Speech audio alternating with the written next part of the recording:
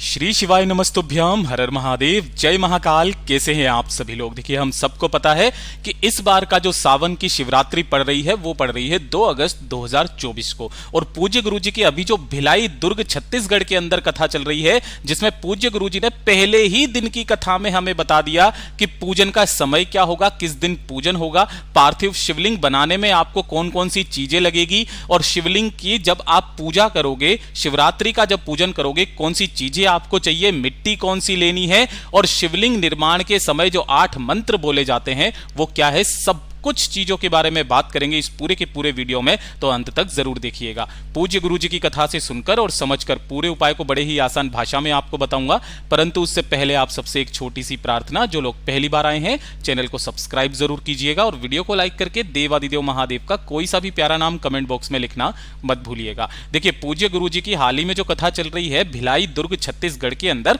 जिसकी पहले दिन की कथा के अंदर पूज्य गुरुजी ने बता दिया कि 2 अगस्त को शाम के समय 7 बजे से लेकर के 8 बजे तक आपकी इस पूजन का समय होगा। और यह भी कह दिया कि जो आपको पार्थिव शिवलिंग बनाना है वो आपको पहले से ही तैयार करके रख लेना है, ताकि जैसे ही 7 बजे शाम को हम लोग पूजन के लिए ऑनलाइन बैठें, आस्था चैनल के माध्यम से, चाहे पूज्य गुरुजी का जो ऑफिशियल चैनल है उसके माध्यम से, दोनों ही चैनल पर उनके पूजन का संपूर्ण लाइव प्रसारण बताया जाएगा। ठीक है, तो शाम के समय पर 7 बजे से 8 बजे तक का ये वाला समय है पूजन का, 2 अगस्त 2024 को। यहां तक बात आई समझ में? तो ये तो हो गई पहली बात। दूसरा, उन्होंने सारी की सारी सामग्री भी हमें बता दी है कि भैया हमें सामग्री कौन सी चाहिए, जिसके लिए मैंने एक वीडियो पहले से ही डाल दिया है, आप जाकर के उसे देख सकते हैं। तीसरे नंबर की बात करते हैं कि पार्थिव शिवलिंग हमें बनाना कैसे है और मिट्टी हमें कौन सी लेनी है। बहुत सारे लोग कंफ्यूज्ड हैं और किसी किसी को पता है तो उन्हें यह नहीं पता कि हमें लेनी किस जगह से वो मिट्टी, अगर नहीं मिलती है तब हमें क्या करना है। तो ध्यान से सुनिएगा, समझते चले जाना। पूज्य गुरुजी हमेशा शिव महापुराण, विधवेश्वर पुराण, गर्ग संहिता और लिंग पुराण, इन चारों पुराणों की बात करते हैं ना, तो इन्हीं के अनुसार हम लोग यहां पर बात करेंगे। सबसे पहले बात आती है काली मिट्टी की। देखिए, काली मिट्टी जो आपको जनरली खेतों वगैरह में बहुत इजीली आपको मिल जाएगी, क्योंकि ये उपजाऊ बहुत ज्यादा होती है। ये वाली मिट्टी किन लोगों को लेनी है? जो कि शूद्र हैं। ठीक है, शूद्र जो भी व्यक्ति हैं जो पार्थिव शिवलिंग का पूजन करेंगे वो काली मिट्टी को लेंगे। ठीक, उसके बाद में आ जाती है लाल मिट्टी। लाल मिट्टी भी काफी सारे जो रेतीले भाग होते हैं ना, वहां पर बहुत इजीली आपको मिल जाएगी। इस तरीके से पूरी लाल नहीं होगी, हल्की सी लाल रेडिश टाइप की होगी, बस इतना सा समझ लेना। ऐसा नहीं है आप बिल्कुल पूरी की पूरी लाल मिट्टी को ढूंढने निकल जाओ, नहीं।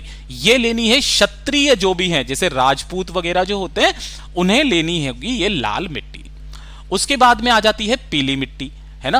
पीली मिट्टी तो आपको बहुत इजीली मिल जाएगी, पूरे पीले रंग की नहीं होगी, लेकिन आपको इस तरीके से थोड़ी थोड़ी सी येलोइश कलर में आपको इजीली मिल जाएगी। आपको ये उन लोगों को लेनी है जो कि वैश्य में आते हैं। ठीक है, और सबसे महत्वपूर्ण, जो भी ब्राह्मण समाज के लोग हैं, जो भी पार्थिव शिवलिंग का निर्माण करके उनका पूजन करने वाले हैं, वो लेंगे सफेद मिट्टी। इस चीज का ध्यान रखना। और ये जो सफेद मिट्टी है ना, आपको किसी भी कारखाने वगैरह के आसपास मिल जाएगी, क्योंकि वहां पर जब भी वो मार्बल वगैरह कटते वक्त है ना, तो उनका जो सफेद नुमा भाग होता है वहां की मिट्टी में मिल जाता है, जिसकी वजह से वो मिट्टी सफेद हो जाती है। तो ये तो हो गई मिट्टी की बात। दूसरी चीज ये है कि अगर हमें मिट्टी नहीं मिलती है तब हमें क्या करना है। तो देखिए, अगर आपको मिट्टी नहीं मिलती है तो बेल पेड़ के नीचे की जो भी मिट्टी मिल जाए, बेल पत्री का जो पेड़ होता है, उस पेड़ के नीचे की जो भी मिट्टी मिल जाए उस मिट्टी को ले लेना। जो ब्राह्मण है वो उसके अंदर थोड़ा सा सफेद चंदन घिस करके उसी मिट्टी के अंदर मिला लेना, है ना। जो क्षत्रिय हैं वो लाल चंदन मिला लेना, ठीक है। और जो वैश्य हैं वो इजीली पीले चंदन को मिला सकते हैं। तीसरा जो नियम है कि काली मिट्टी वाले क्या करें, तो काली मिट्टी बहुत इजीली आपको मिल जाएगी, तब आपको वो काली मिट्टी ले लेनी है। ठीक है, तो ये तो हो गई मिट्टी की सारी बात। आप खुद भी देख सकते हैं, पूज्य गुरुजी भी ब्राह्मण है, जब उन्होंने पार्थिव शिवलिंग का निर्माण किया तो वो भी एक सफेद मिट्टी से ही बनाया था। अब धीरे धीरे बात करते हैं कि भैया जब हमने पार्थिव शिवलिंग बनाना ही है तब हमें किस तरीके से बनाना है और इसका करना क्या है। देखिए, पहली चीज तो यह है कि आपको पार्थिव शिवलिंग का निर्माण पहले से ही करके रख लेना है। पहले से ही। ऐसा नहीं है आप शिवरात्रि के दिन ही करें, नहीं, आपको उससे पहले ही पार्थिव शिवलिंग का निर्माण कर लेना है। किस दिन करना है? जिस दिन आप मिट्टी लेकर आओगे अपने घर पर, तब नियम समझिएगा। देखिए, इसी मिट्टी का आपको करना होता है सींचन, ठीक है? तो जिस दिन आप मिट्टी लेकर के आओगे, सेम उसी दिन आपको सींचन करना होता है। अब भैया सींचन कैसे करना है? तो ध्यान से देखिए, दूध, दही, जल, इन सभी को मिलाकर के उस मिट्टी को अच्छे से छान करके और उसी के अंदर मिलाकर उसको अच्छे से मथना है, उसको सॉफ्ट बनाना है, जिसको कहते हैं सींचन करना। नहीं है तो किसी भी एक कलश के अंदर एक बेलपत्र डाल देना, उस बेलपत्र वाले जल से आपको उस मिट्टी का सींचन कर देना है। लेकिन यह चीज ध्यान रखना, जिस दिन मिट्टी लेकर के आ रहे हो, सींचन आपको उसी दिन में करना है, इस चीज का ध्यान रखना।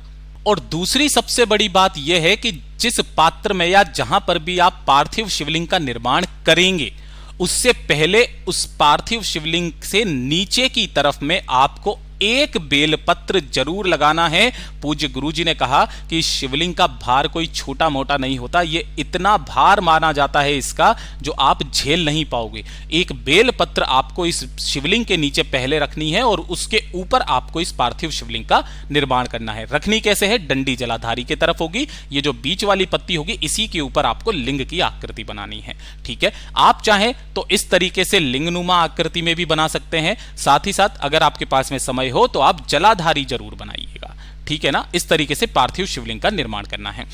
अब ध्यान से सुनना, वो 8 मंत्र कौन से हैं?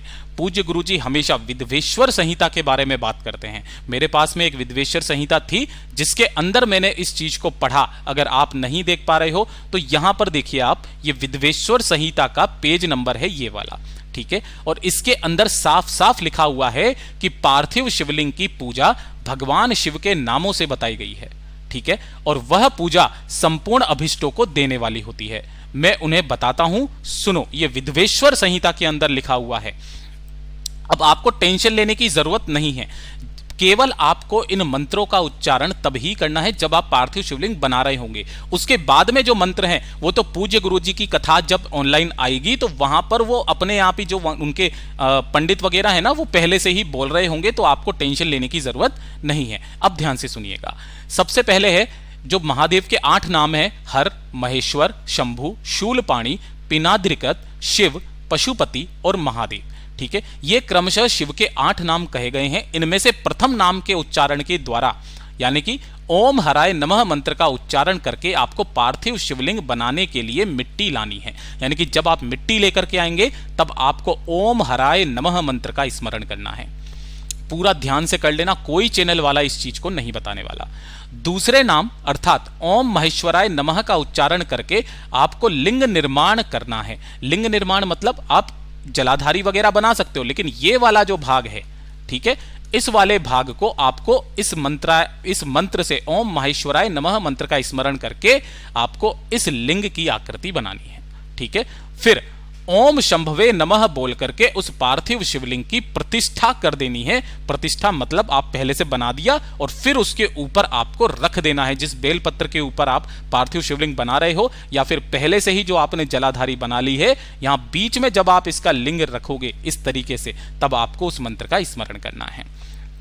उसके आगे की बात सुनिए। उसके बाद में आपको फिर ओम शंभवे नमः मंत्र बोल करके उस पार्थिव शिवलिंग की प्रतिष्ठा कर देनी है। तत्पश्चात ओम शूलपाणे नमः कह करके उस पार्थिव शिवलिंग में भगवान शिव का आह्वान करना है। आपको बुलाना है कि महादेव मेरे घर में आइए, आज आपका दिन है, जैसी कामना है वैसी कामना करके आपको उन्हें बुलाना है, ठीक है? और बुलाने के पश्चात फिर आपको कुछ नहीं करना।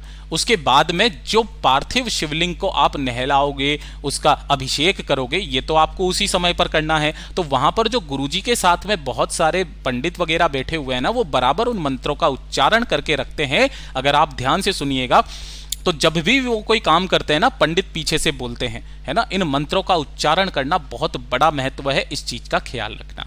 साथ ही साथ यहां तक कहा गया कि जो आप पार्थिव शिवलिंग का विसर्जन करोगे, है ना, अब वो विसर्जन क्या, उसके लिए भी मना कर दिया गुरुदेव ने कि आपको बाहर कहीं नहीं जाना है, क्योंकि बाहर बारिश बहुत ज्यादा हो रही है ना?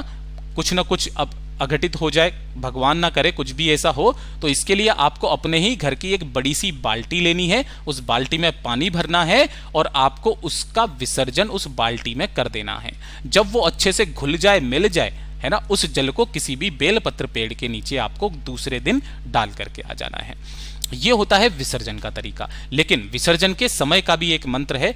जिस वक्त में आपके वहां पर पूज्य गुरुजी नहीं होंगे, मतलब ऑनलाइन नहीं चल रहा होगा, तब आपको यदि विसर्जित करने वाले पार्थिव शिवलिंग का अभिषेक किया हो तो उत्तर पूजन के अंदर अनंतर अक्षत छोड़ें। पहले उसके अंदर आपको अक्षत छोड़ने यानी कि चावल छोड़ने हैं, और ये जो मंत्र है विसर्जन का, इसका आपको पाठ करना है। चाहो तो आप एक फोटो ले सकते हो इस चीज का। ये पार्थिव शिवलिंग के विसर्जन का मंत्र है। और जब आप इस तरीके से संपूर्ण तरीके से पार्थिव शिवलिंग की पूजा करके विसर्जन करोगे ना, उस समय पर आप जिस कामना को अपने मन में लेकर के करोगे, वो कामना आपकी निश्चित रूप से पूरी होगी। पूज्य गुरु जी के सभी उपाय भी बहुत ज़्यादा खास हैं, पूरी की पूरी विधि है, ध्यान पूर्वक कीजिएगा। और उस दिन करने वाले समस्त उपायों को मैं आपको एक एक करके बताते रहता हूं, तो आप चैनल को सब्सक्राइब जरूर कीजिएगा और लाइक किए बिना मत जाइएगा। मिलते हैं अगले वीडियो में, तब तक के लिए ओम नमः शिवाय, जय महाकाल।